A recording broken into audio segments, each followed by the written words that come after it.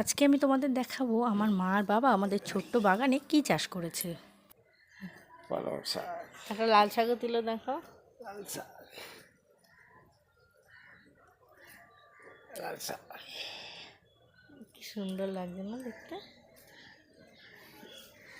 প্রতি বছর শীতেই মা আর বাবা কিছু না কিছু সবজি চাষ করে। তো এবারে শাক লাগিয়েছে অনেক, দেখো কি সুন্দর বাগান ভরা হয়েছে। এগুলো বেগুন গাছ,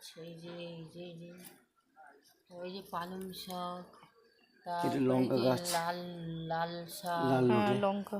তারপরে এই যে টমেটো গাছ, টমেটো গাছ, তারপরে এই লাউ গাছ। এই যে লাউ গাছ। আর কত পালং শাক উঠেছে দেখো গাছ থেকে।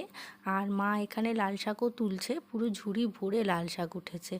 তো আমার এইটাই হচ্ছে ছোট্ট আমাদের বাগান। ভিডিওটা ভালো লাগলে লাইক করে দিও, আর চ্যানেলে নতুন আসলে সাবস্ক্রাইব করে দিও।